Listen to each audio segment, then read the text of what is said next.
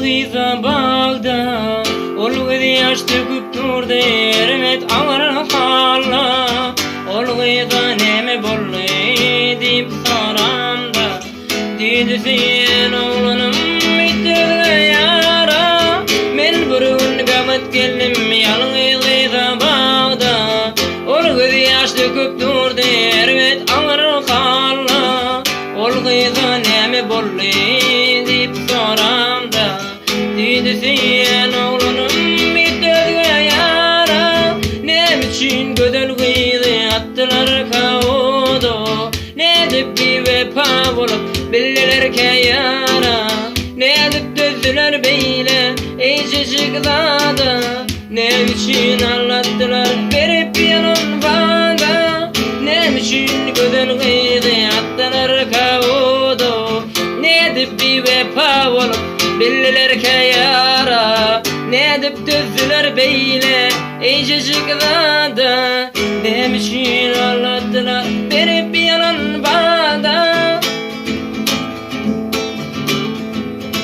Oh, oh, oh, oh,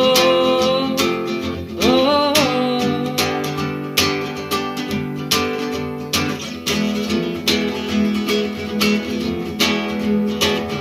İnni ol gödül gıydım bütün ömrü daya hiç sesin göğün vermedi hiç rüzgâr yara yandı ol gödül gıydı gördün özme sada ol gıydın bütün ömrü kalır armanla inni ol gödül gıydım bütün ömrü daya hiç sesin göğün vermedi hiç rüzgâr yara yandı ol gödül gıydı gördün özme sada ol gıydın bütün ömrü kalır armanla ne biçim gödül gıydı attılar kavudu ne edip bir vefa bulup bilirken yara ne edip düzdüler beyne iyice çıkıladı